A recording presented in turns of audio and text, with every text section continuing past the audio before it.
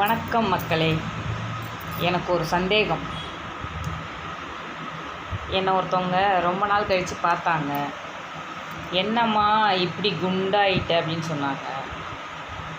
அப்போ தான் நானும் யோசித்து பார்த்தேன், என்னடா அவ்வளோ குண்டாவாயிட்டோம் அப்படின்னு சொல்லிட்டு.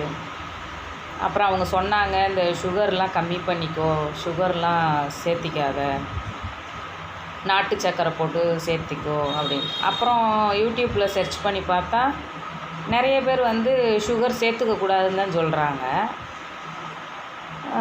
இது எந்த அளவுக்கு உண்மைன்னு எனக்கு தெரியல. யாருன்னா தெரிஞ்சால் கமெண்ட் பண்ணுங்கள். எதுக்கு சொல்கிறேன்னா,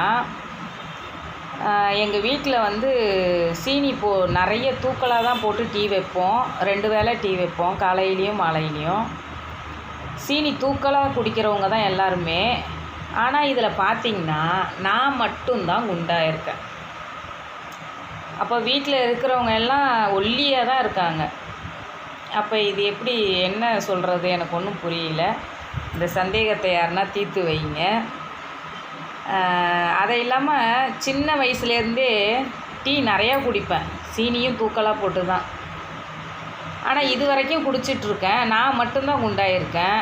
எங்கள் அம்மா வீட்டு சைடோ என் கணவர் வீட்டு சைடோ எல்லாம் ஒல்லியாக தான் இருக்காங்க. என் பசங்களும் சரி, எல்லாம் ஒல்லியாக தான் இருக்காங்க. என்னன்னு நீங்கள் சொல்லுங்கள். பாய்.